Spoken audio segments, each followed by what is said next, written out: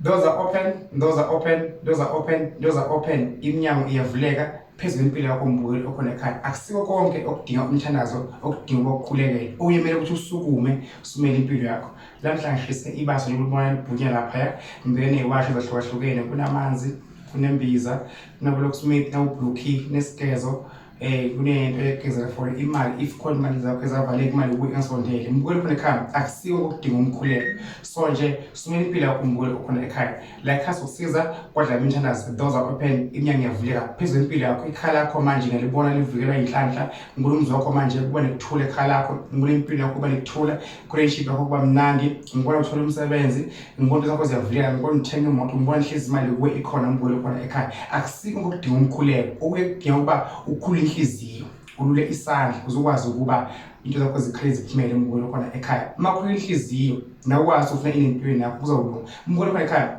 mhlawumbe ngibeke imali mangasiyiningi kodwa ngichaza ukuthi amagama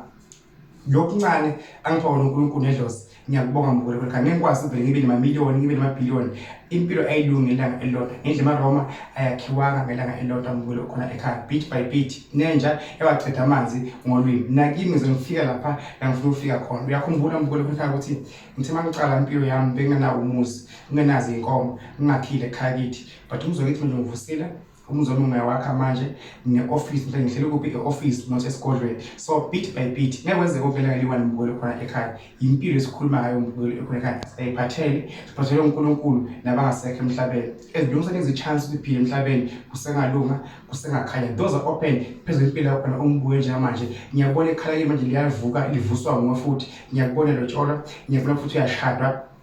uyashadwa ngiyakubona futhi uyajabula empilweni naku-relationship ngiyakubona uthola umsebenzi ngiyakubona uthola isikhundla emsebenzini ngiyakubona uvusa ikhala lakho ngiyakubona uyajabula ngiyakubona esikoleni uyaphasa ngiyakubona kuvule amaphupho kuwe kuvuleka idlozi kuwe kuvuleka ukukhanya kuwe ngiva nje amandla kaNkulunkulu ngiva nje isibuso esinamandla kakhulu ngisithela phezulu impilo yakho Dlamini lo eMpumalanga ePetitive Mthandazi ngithi kuwe doors are open iminyango iyavuleka phezulu impilo yakho mawukholwa uthemba lokho zizawukhanya yithi mawukhuleka uthandaza ufuna isolution ukuthi kodwa mhlawumbe inkinga engibhenayo ngaphuma kanjani is either udinga uphalaze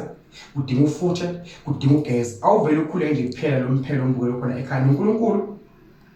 wathi mase khulekile wabona ukuthi izifo lezi elaphambi kwami zincane lamafishi mancane angenza amandla ukuba into ephambi kwami yenelise bonke abantu sekudinga amandla thina ube umuntu esikufaka emsebenzini esikwenza ukuba ube nemali esikwenza ukuba ushade noma ulotshole esikwenza ukuba uthole isikhundla emsebenzini sekudinga amandla sekudinga umkhuleko nje manje sekudinga amandla lahlanganiswe ngezandla imilingo evela kubani uNkulunkulu nazi khona Ngeyiwasho siyakhoriyela sihlola online ku video call ka WhatsApp mawuthanda ukholelwa ungathi ngiyobona ngenyela amalanga lungisa manje isikhathi sasekhona mbukeli khona ekhaya